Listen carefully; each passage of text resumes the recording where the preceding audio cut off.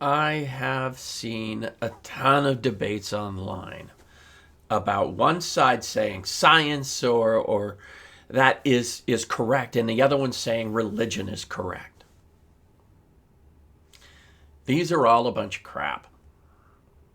The truth is, science cannot study religion, religion cannot study science.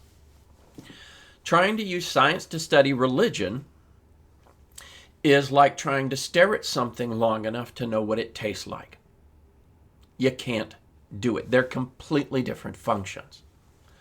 Religion cannot study science. This is again the same kind of thing. They are completely different concepts. Science is a reductionist model, and that means that you take the whole and you break it down into bite-sized understandable parts. We do this because that's the way the human brain works. The human brain has a maximum number. Consciousness, or working memory, has a maximum space of approximately 7 items. And you can do this a number of ways, but just look up studies on working memory. So we use the scientific method because conscious thinking for human beings works in this process. Religion, on the other hand, is a goal to understand the eternal or the infinite. You cannot break down the infinite because 1% of infinity is still infinity. This is like trying to understand the ocean by studying seawater in a bucket. You go and you scoop up the bucket and you do this. Now you can talk about, what is that? What is this water like? Salt content and things like this. So you know what the ocean was like in a specific place in a specific time, isolated from everything else.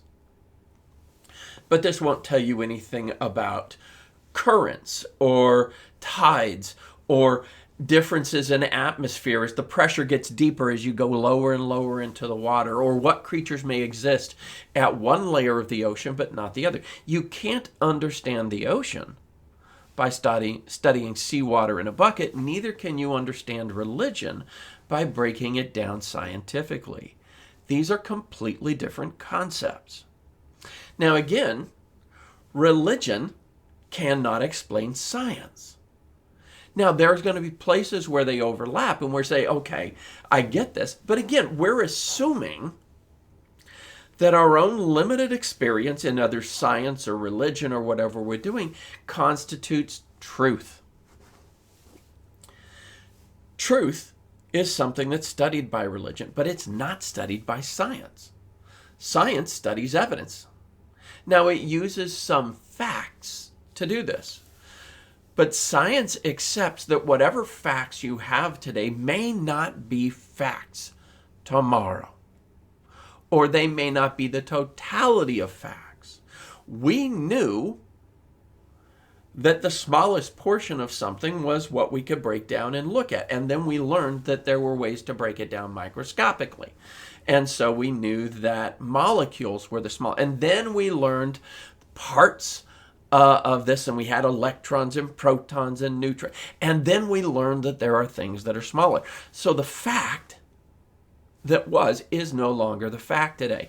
And science accepts this as a reality, that we don't know enough to say what the truth is. So science has nothing to do with truth. It has to do with evidence based on current facts. The second thing is the scientific method, because it understands that we don't know everything, it says that we have to create a model of study, and then we assess the accuracy of that with statistical analysis. This assumes that our math is right. This assumes that when we study something, we actually know enough to make a good study. And it also assumes that we are creative enough to understand what we're actually trying to look at. But in this, we say we don't know, so we have an idea. We call this a hypothesis. I believe something. I believe that watching violent TV will create violence in people.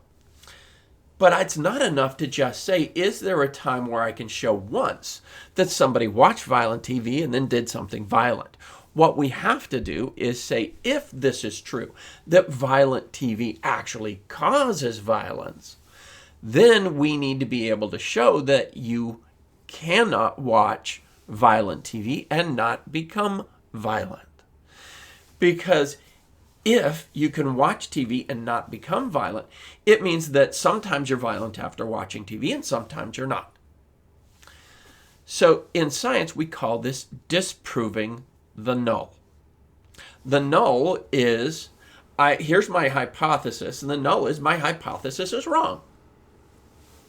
I believe watching violent TV causes violence. The null is you can watch violent TV without becoming violent.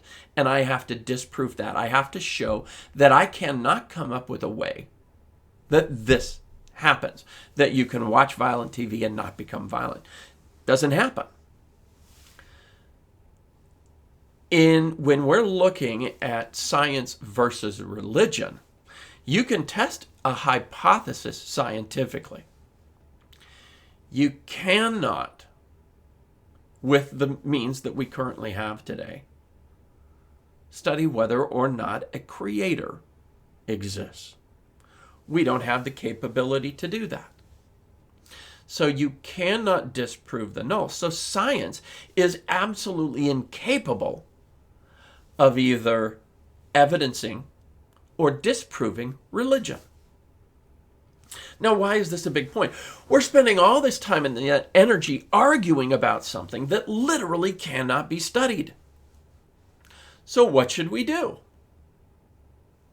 Quit arguing. If somebody believes that religion is real, let them believe it unless they're doing something that you can show is actually damaging. But most of our studies, our scientific information, it shows that people are actually happier, healthier, more satisfied, and in many ways much better people when they have a religious belief. Now, it depends on the religious beliefs. You look at some of the tragedies based on this, and these are people that were desperate for a sense of something. And they did things that were truly unhealthy. In the Jonestown thing where they all took the tainted Kool-Aid because they were waiting for the end of the world. And then, of course, the world didn't end. We know that these people were wrong, that they damaged themselves and others without any benefit. But you get somebody like Charlie Kirk or others who say we should treat people morally because I have a religious belief.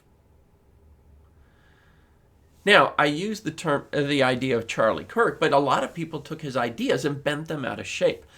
They weren't necessarily what he said.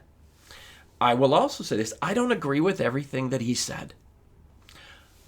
I agree with almost all the points that he made. I disagreed vehemently with some of the ways he said them. I disagree with saying, prove me wrong, when you're actually out to prove others wrong. I don't think we should be out there having debate. And when I said this, science versus religion, I don't think we should be debating. Because debating is about trying to get somebody else to change their views. I have many good friends that are atheists. And they are great people. I don't understand their value system based on atheism. So I just disclosed me. I actually believe in intelligent design. Right?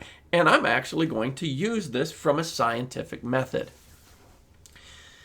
Anthropology, which is stated to be a science, uses a lot of information. So you go and you find a wall in an area, or you find artifacts, a bowl or something, and we say we know that civilization was here because the likelihood that these things occurred naturally is so low that science says we take this as evidence that human beings were here before.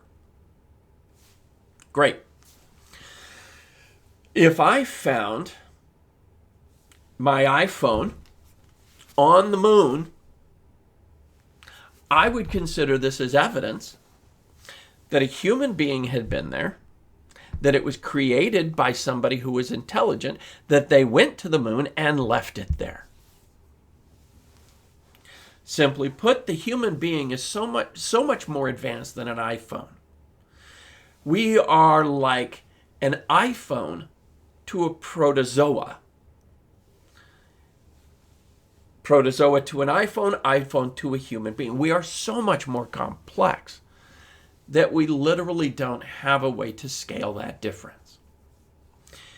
If an iPhone is evidence that there was intelligent design and the presence of something there, then I think a human being is far more evidence of intelligent design than an iPhone. Do I understand that there's people out there who disagree with me? Sure I do. That's their right. The truth is, it doesn't bother me. Now, if they use this to justify abuse, neglect, violence, and other things, then we have a conflict, because I think that there is a problem with that behavior. If they are good, healthy participants in a social interaction in a community, and they have a different belief than me, the truth is, it doesn't bother me at all. If I were to do anything, I would love to have a discussion. A great example of this is Stephen Fry. I watched him at the Monk debates when he took a side talking about religion and the Catholic Church. And the truth is, I think he was incredibly eloquent, far more intelligent than I am. I haven't seen somebody that I disagree with on so many points with, and I would absolutely love and adore to sit and have a conversation with them, because I consider them to be one of the best human beings I've ever seen.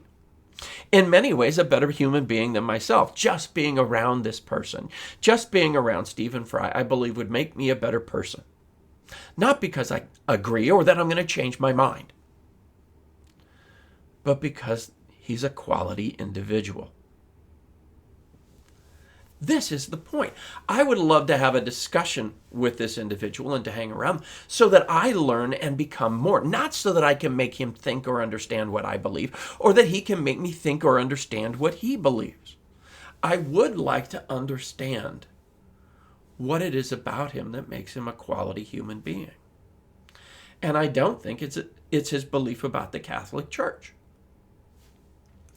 I think it is something about him as a human being. So instead of having debates, arguments, conflict about this, I would really prefer to just sit down and have discussions and understanding. And we need to accept the fact that one way of understanding reality can neither evidence nor invalidate another way of understanding. This is a huge and important part about being a human being. Thanks.